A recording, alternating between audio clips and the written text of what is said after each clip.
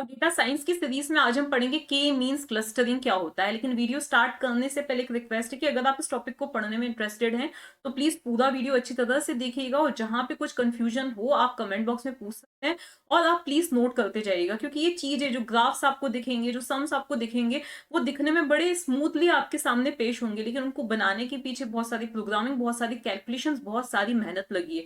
तो प्लीज आप वीडियो पूरा अच्छी तरह से समझिएगा, ठीक है ना।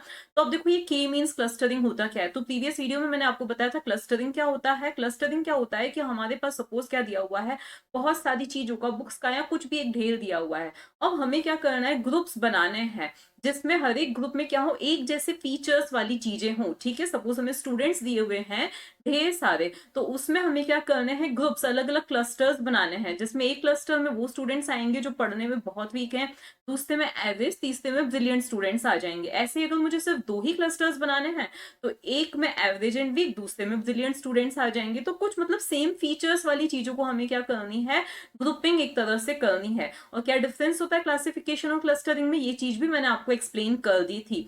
तो कुल मिला के क्लस्टरिंग में हमारा जो पहला एल्गोरिदम हम पढ़ेंगे वो है के मींस क्लस्टरिंग, ठीक है ना। तो इसका जो एम है, देखो इसका जो एल्गोरिदम है वो क्या है, select the number K to decide the number of clusters.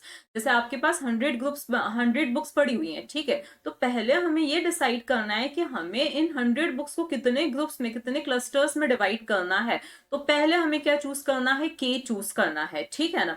इसके बाद आता है सिलेक्ट रैंडम के पॉइंट्स और सेंट्रोइड्स। अब अगर मैंने ये डिसाइड किया है कि मुझे दो क्लस्टर्स बनाने हैं, ठीक है, तो मुझे दो सीड्स या दो सेंट्रोइड्स रैंडमली लेने पड़ेंगे। ओके, अभी मैं एक ग्राफ की हेल्प से पूरा अच्छी तरह से समझा दूंगी आपको। ओके, इसके बाद आता है assign each data point to their closest centroid which will form the predefined K clusters, ठीक है।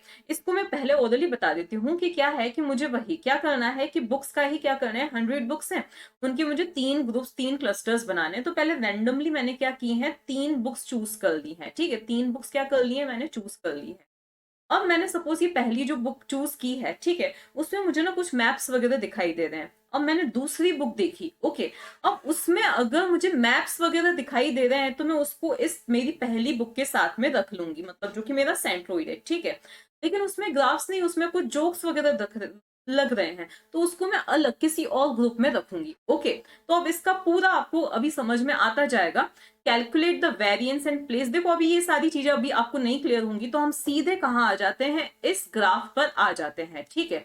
इस ग्राफ में क्या दे रखा है, तो देखिए ये हमारे पास क्या है, कुछ पॉइंट्स है। एक्चुअली ये जो ग्राफ है किसका है, स्टूडेंट्स का है, स्टूडेंट्स के डेटा पॉइंट्स है, उनके परफॉर्मेंस के डेटा पॉइंट्स है, मतलब कितनी उनकी अटेंडेंस रही है और उनके कितने परसेंटेज आए हैं, ठीक है। तो ये है अटेंडेंस और ये है परसेंटेज।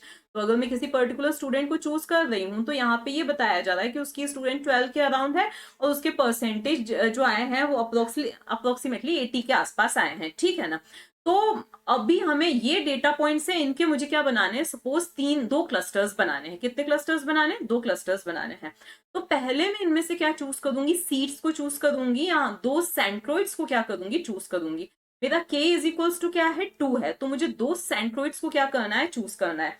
तो सपोज मेरा जो पहला सेंट्रोइड है वो ये है, और मेरा दूसरा जो सेंट्रोइड है मान लेते हैं ये है। ओके, ये रैंडमली मैंने दो सीड्स को चूज किया है। ओके, अब मैं क्या करूंगी, हर एक पॉइंट का डिस्टेंस मैं पहले इसके साथ में कैलकुलेट करूंगी। जैसे इस पॉइंट का इससे डिस्टेंस क्या है, फिर इस पॉइंट का इससे डिस्टेंस क्या है, इस पॉइंट का इससे डिस्टेंस कितना है, कितनी दूरी पर है, इस पॉइंट का इससे कितनी दूरी पर है, एंड सो ऑन, ठीक है। इसी तरह से सभी पॉइंट्स का इस सेंट्रोइड के साथ में डिस्टेंस में कैलकुलेट करूंगी। ये डिस्टेंस कैलकुलेट करना मतलब हम फीचर्स देख रहे हैं कि इस पॉइंट के जो फीचर्स हैं इससे कितने मिलते जुलते हैं, इसके फीचर्स इससे कितने मिलते जुलते हैं, इसके फीचर्स इससे कितने मिलते जुलते हैं, एंड सो ऑन, ठीक है। इसी तरह से ये हर एक पॉइंट्स का जो मैं डिस्टेंस है वो किसके साथ में फिर कैलकुलेट करूंगी, इस पॉइंट का इसके साथ में किया, इस पॉइंट का इसके साथ में किया, और ये जो सारे पॉइंट्स थे उनका जो डिस्टेंस है मैं इस दूसरे के साथ में भी कैलकुलेट करूंगी। अब मैं पहले इस पॉइंट को देखती हूँ, यहाँ देखते से ही पता चलता है कि इसका जो डिस्टेंस है इस पॉइंट P1 से थोड़ा कम है एज कंपेयर टू इस पॉइंट P2 C2, मतलब सेंट्रोइड C2।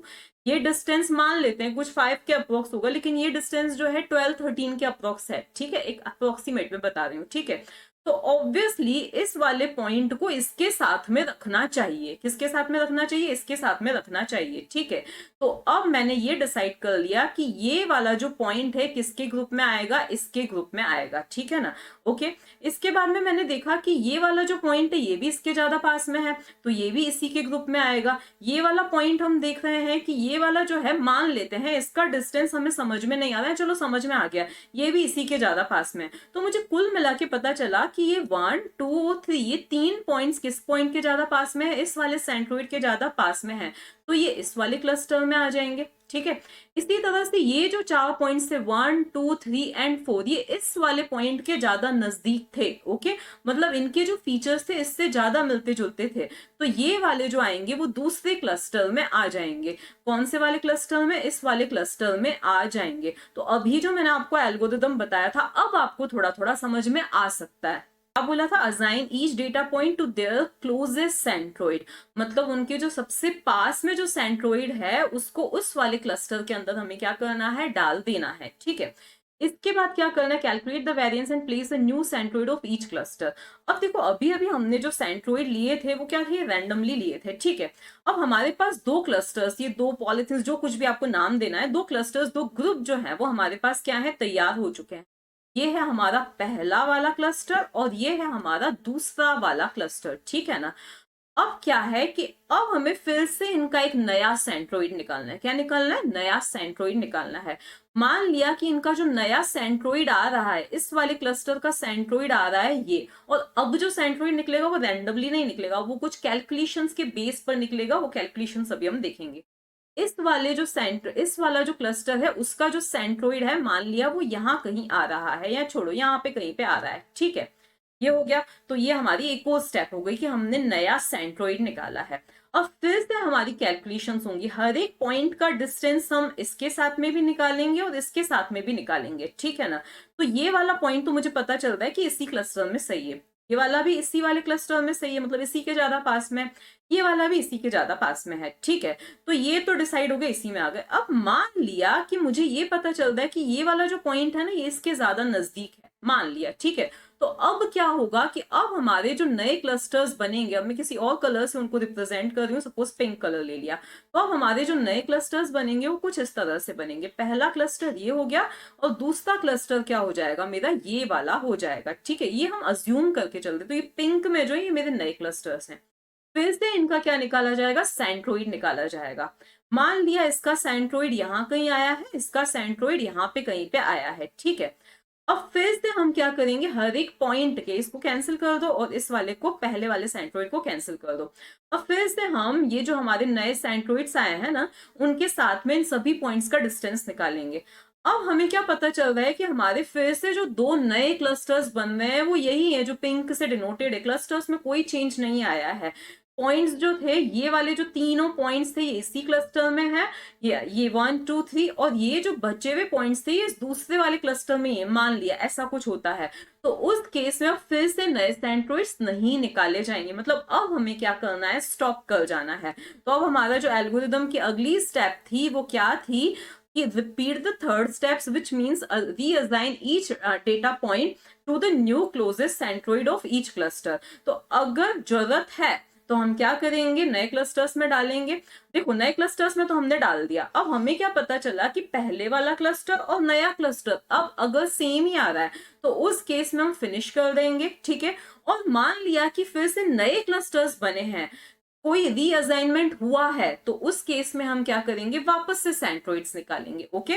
तो अभी हम ये जो अभी तक हमने जो डिस्कस किया है उनके लिए हम ये कुछ ग्राफ्स देख लेते हैं, ठीक है। यहाँ पे आप देख रहे हो शुरू के हमारे डेटा पॉइंट्स थे, ठीक है। हमने क्या किए? ये दो सीड्स ले, ये पहला सीड है हमारा, ये दूसरा सीड है जो कि सेंट्रोइड, ठीक है। ये पहला सेंट्रोइड, क्योंकि k इज इक्वल्स टू क्या है? 2 है, तो मैंने दो सेंट्रोइड्स लिए हैं, ठीक है। अब हमने क्या किया है? ये दो हमारे सेंट्रोइड्स हैं, ठीक है। हमने क्या किया? सभी के साथ में डिस्टेंस इनका मेजर किया, ओके। इस पॉइंट का इसके साथ में, इस पॉइंट का इसके साथ में, इस पॉइंट का इसके साथ में, इस पॉइंट का इसके साथ में। तो हमें ये पता चला कि ये दोनों पॉइंट्स तो इसी के ज्यादा करीब है, ये वाला पॉइंट भी इसी के ज्यादा क्लोज है। लेकिन ये वाला पॉइंट ना, इन इसका इसके साथ में और इसका इसके साथ में जो डिस्टेंस आया वो क्या आया? सेम आया। और ये चारों पॉइंट्स भी इसी के ज्यादा पास में है।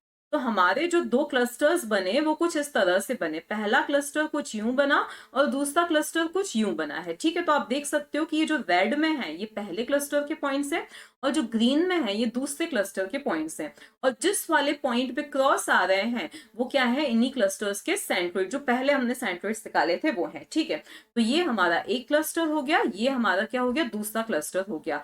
अब अभी भी हम सेटिस्फाइड नहीं है, तो हमने क्या किया, दूसरे इनके सेंट्रोइड्स निकाले, किनके, इन दोनों के सेंट्रोइड्स निकाले। तो इस पहले वाले क्लस्टर का जो सेंट्रोइड आया वो ये आया, इस दूसरे वाले क्लस्टर का सेंट्रोइड क्या आया, ये आया, ठीक है।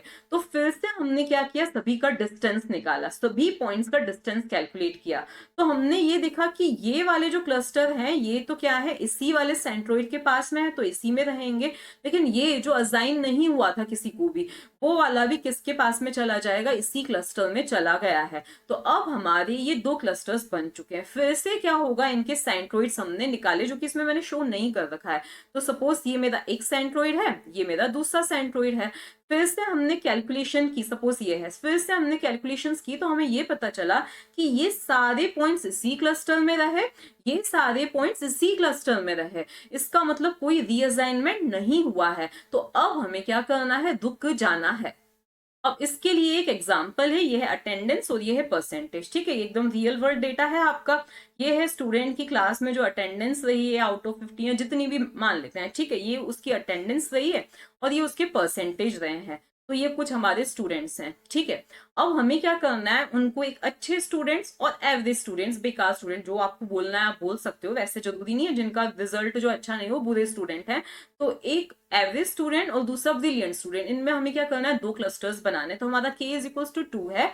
तो हमने क्या किया है, अब यहाँ पे हमने दो सीड्स किए हैं, रैंडमली लिए हैं, मतलब दो सेंट्रोइड्स हमने लिए हैं, ओके। तो अब हम आगे बढ़ जाते हैं। तो जो हमारे दो सेंट्रोइड्स लिए थे वो सेंट्रोइड्स हैं, पहला पॉइंट है 1075। तो हमारा देखो इन्हीं पॉइंट्स में से एक हमने लिया है 1075, जो कि हमारा एक सेंट्रोइड है, ठीक है। दूसरा हमारा जो सेंट्रोइड है वो क्या है, 2590, तो ये दूसरा सेंट्रोइड है, ठीक है। अब हमने क्या किया, तो देखो हमारा एक पॉइंट है, ये मान लिया A1 है, ये A2 है, ये A3 है, ये A4 है, A5, A6, A7, इसी तरह से ये अप टू A10, ये क्या है, हमारे पॉइंट्स हैं, ओके।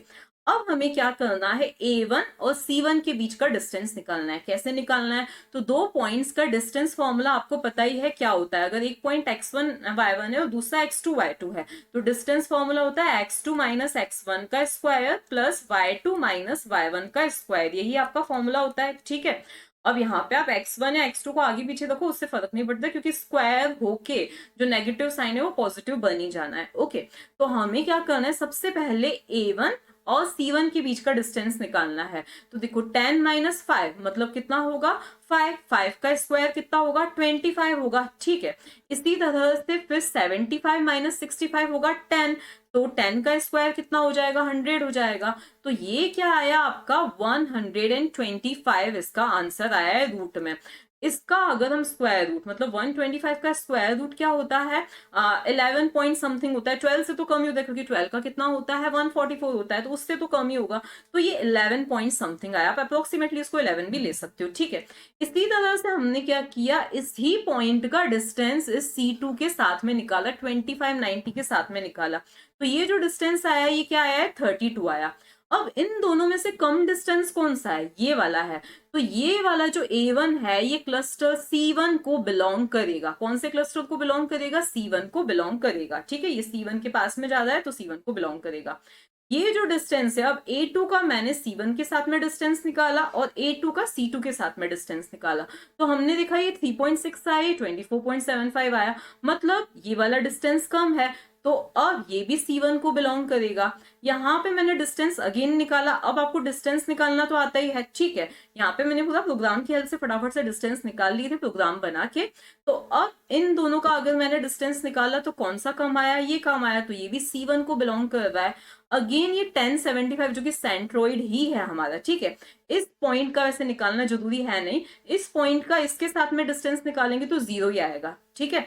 इस पॉइंट का इसके साथ में निकालेंगे तो नेचुरली कुछ ज्यादा ही आएगा, वो मैं निकालना भूल गई हूँ। तो ये चीज 0 से तो कम नहीं आ सकता है ना, तो ये क्या आया है 0, 0 ही कम है, तो ये भी C1 को बिलोंग कर रहा है, ठीक है, क्योंकि C1 के ज्यादा करीब है, ठीक है।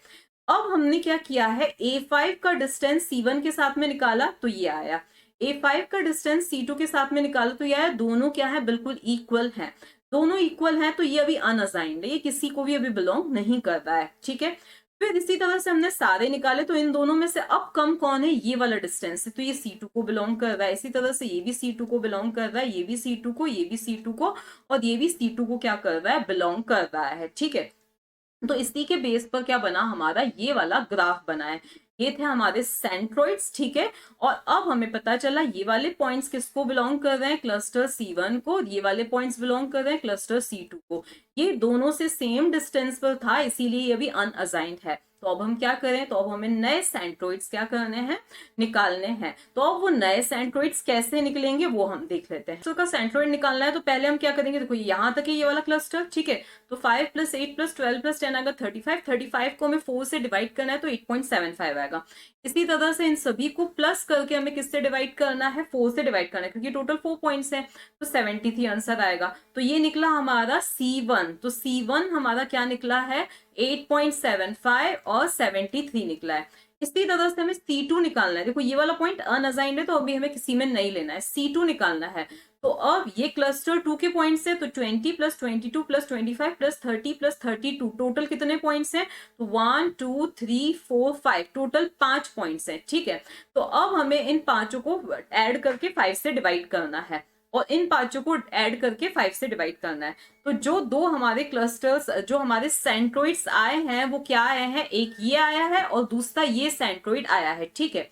अगेन हमें वही प्रोसीजर करनी है, इन सभी पॉइंट्स का C1 के साथ में भी डिस्टेंस निकालना है और C2 के साथ में भी डिस्टेंस निकालना है, ठीक है ना। ये A10 है, तो इसका डिस्टेंस C1 के साथ में वही डिस्टेंस फॉर्मूला लगाना है हमें, ठीक है। क्या आया है, 8 आया है। इसका डिस्टेंस इसके साथ में क्या आया है, हाँ 33.92 आया है। ये सारे हमने निकाल के रख दिए, ओके। आप चाहो तो प्रोग्राम में आपको बता देती हूँ, उस प्रोग्राम की हेल्प से भी आप डिस्टेंस निकाल सकते हो, वो बाद में मैं बताती हूँ। तो डिस्टेंस कौन सा कम है, C1 के साथ में, तो ये C1 को बिलोंग करेगा, ये भी C1 को बिलोंग करेगा, ये भी C1 को बिलोंग करेगा, और ये भी C1 को बिलोंग करेगा। ये जो अभी अनअसाइंड था थोड़ी देर पहले, अब इसका डिस्टेंस C2 के साथ में क्या है, कम है, तो अब ये C2 को बिलोंग करेगा, ये C2 को, ये C2 को, ये C2 को, ये C2 को और ये C2 को, क्योंकि इनके डिस्टेंसेस C2 के साथ में क्या है, कम, ये C2 के क्या है, ज्यादा नजदीक पॉइंट्स हैं, ठीक है। तो ये हमें पता चल गया, तो इसके बेसिस पर हमारा जो डायग्राम बना ये बना, ओके। क्योंकि ये वाला पॉइंट अनअसाइंड था, अब पता चला कि ये C2 को बिलोंग करता है, तो ये क्लस्टर C1 हो गया ये वाला, और ये क्या हो गया, हमारा क्लस्टर C2 हो चुका है, ओके। ये हो गया हमारा। इसके बाद में अगेन हम यहीं पे सेटिस्फाई नहीं हो जाते हैं, अगेन हमने क्या किया, जो हमारे पॉइंट्स थे उनका फिर से सेंट्रोइड निकाला। किनके सेंट्रोइड निकाला हमने, देखो अब क्लस्टर C1 के उनसे पॉइंट्स है, ये वाले पॉइंट्स है, तो इनका सेंट्रोइड तो वही रहने वाला है, क्यों, क्योंकि इनमें कोई छेड़छाड़ हुई नहीं है, ठीक है। और इन वालों का जो सेंट्रोइड है वो क्या हो जाएगा, चेंज हो जाएगा, तो इनका सेंट्रोइड तो यही रहेगा, ठीक है। लेकिन इन वाले क्लस्टर C2 का सेंट्रोइड क्या हो जाएगा, चेंज हो जाएगा। तो हम देखते हैं नए सेंट्रोइड्स क्या निकले हैं, तो देखो, तो ये क्या निकले हैं हमारे नए सेंट्रोइड। देखो क्लस्टर C1 में तो कोई चेंज हुआ नहीं, क्योंकि उसमें वही पॉइंट्स थे जो पहले थे, तो ये इसका सेंट्रोइड तो वही रहेगा। लेकिन C2 दूसरे क्लस्टर का जो सेंट्रोइड है वो चेंज हो चुका है, ठीक है। यहाँ पे 8.75 है एक्चुअली, क्योंकि मुझसे पहले भी कैलकुलेशन में मिस्टेक हो गई थी, तो ये 8.75 है, ठीक है ना।